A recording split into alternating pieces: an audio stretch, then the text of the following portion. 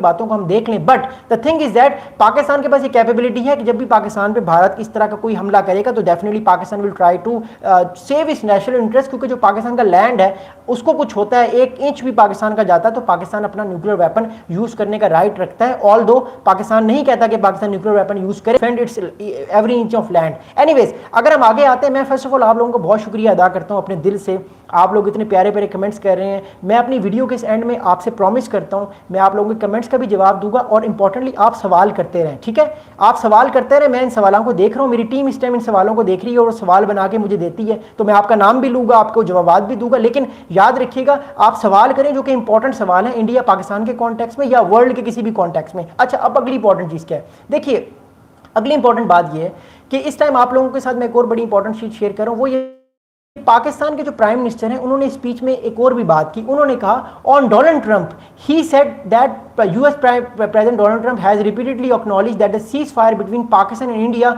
Was achieved due to his intervention, that too is a great diplomatic success for Pakistan. तो शहबाज शरीफ ने Donald Trump साहब का भी शुक्रिया अदा किया कि ट्रंप बहादुर साहब, बहुत शुक्रिया आपका, आप ना होते तो ये जंग कभी भी ना रुकती। और पाकिस्तान थैंकफुल है अमेरिका का। ऑब्वियसली पाकिस्तान इस जंग को एस्केलेट नहीं करना चाहता था, पाकिस्तान इस जंग को डी एस्केलेट करना चाहता था, और पाकिस्तान कह रहा था वो कोई भी पाकिस्तान और भारत के दरमियान माबैन इस कॉन्फ्लिक्ट को मीडिएट करा था, तो पाकिस्तान वाज ऑलवेज रेडी, तो पाकिस्तान को कोई प्रॉब्लम नहीं है। मसला इस टाइम इंडिया को है, क्योंकि वो मान नहीं रहा कि जो मीडिएशन है वो ट्रंप साहब ने करवाई है। और कल ट्रंप साहब ने 30 times, he is saying 30 times that India Pakistan का कॉन्फ्लिक्ट जो मई का हुआ है वो अमेरिका ने जो, और ट्रंप साहब ने कहा कि ये मैं क्रेडिट लेता हूं, मैंने इसको खत्म कराया। तो the thing is that Pakistan की तरफ से तो कोई मसला नहीं है, India is very worried about that. Anyways, अब बात यह है कि पाकिस्तान की जो मिलिट्री डॉक्ट्राइन है वो बड़ी तेजी से बदली है, क्योंकि देखिए अब मैं आपको बताता हूं पाकिस्तान इंडिया का जो लैडर है कॉन्फ्लिक्ट का पिछले 10 साल में वो कैसे चेंज हुआ है। देखिए, पहली बात तो ये है कि 2016 में आपको याद होगा भारत ने पाकिस्तान के साथ बॉर्डर पे एक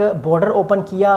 बॉर्डर पे भारत ने पाकिस्तान के बारे में ये कहा कि हमने सर्जिकल स्ट्राइक्स किए पाकिस्तान के बॉर्डर में आके, या वो इलाका जो कि बफर जोन होता है।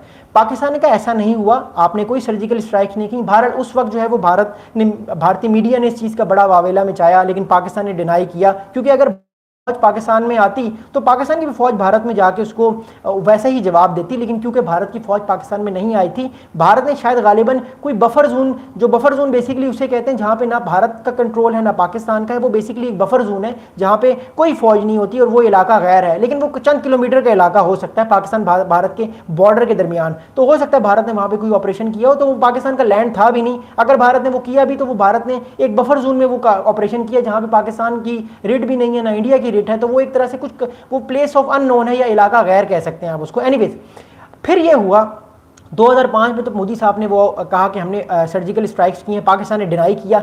2019 में आफ्टर 50 ईयर्स 1971 की वॉर के तकरीबन साल बाद भारत ने पहली बार पाकिस्तान के अंदर पाकिस्तान की एयर स्पेस वायलेट की और अपने फाइटर जेट्स जो थे वो पाकिस्तान में भेजे। अच्छा, भारत ने 2 फाइटर जेट्स पाकिस्तान में उस टाइम भेजे जिन्होंने अपना पे लोड गिराया। एक ऐसा एलिमेंट होता है जिससे जो है वो फाइटर जेट जो होता है उसका जो आप कह सकते हैं कि वजन जो होता है वो कम हो जाता है। मैं आने वाले दिनों में आपसे पे लोड के बारे में भी बात करूंगा कि फाइटर जेट का पे लोड,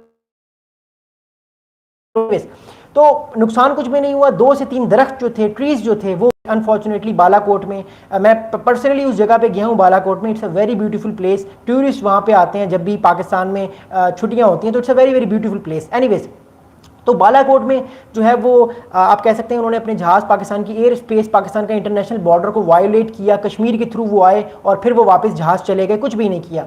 अगले दिन नेक्स्ट डे पाकिस्तान ने भी अपनी एयरफोर्स के फाइटर जेट्स भेजे जिसमें भारत के 2 फाइटर जेट्स तबाह हुए। अब एक फाइटर जेट जो था वो तबाह हुआ, वो भारत में ही गिर गया, जो कश्मीर वाला इलाका जो इंडिया ने ऑक्यूपाई किया हुआ है। एक जो फाइटर जेट था वो गिर के पाकिस्तान में आ गया, जो था MiG-21, जिसके कैप्टन का नाम था आई थिंक कैप्टन अभिनंदन नाम था उनका, जिनको पाकिस्तान ने कैप्चर किया था और 2 दिन बाद वापस कर दिया था। अच्छा, एक और बड़ा इंपॉर्टेंट इंसिडेंट है जिसकी बात कोई नहीं करता।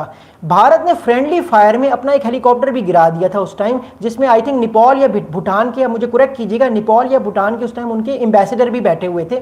तो फ्रेंडली फायर का मतलब ये होता है भारत को ये लगा ये हेलीकॉप्टर भी पाकिस्तान का आया, तो उन्होंने रश में बाय मिस्टेक उस हेलीकॉप्टर पर अपना मिसाइल दाग दिया और वो हेलीकॉप्टर फ्रेंडली फायर में जो है वो गिर गया। फ्रेंडली फायर का मतलब मैंने आपको बताया कि गलती से कई बार ऐसा लगता है दुश्मन को या किसी भी फौज को ऐसा लगता है कि अगला जो फौजी है वो हमारा दुश्मन है, हालांकि वो दुश्मन नहीं होता, वो फौज उसी फौज का साथ होता है, बट कई बार बाय मिस्टेक फ्रेंडली फायर का इंसिडेंट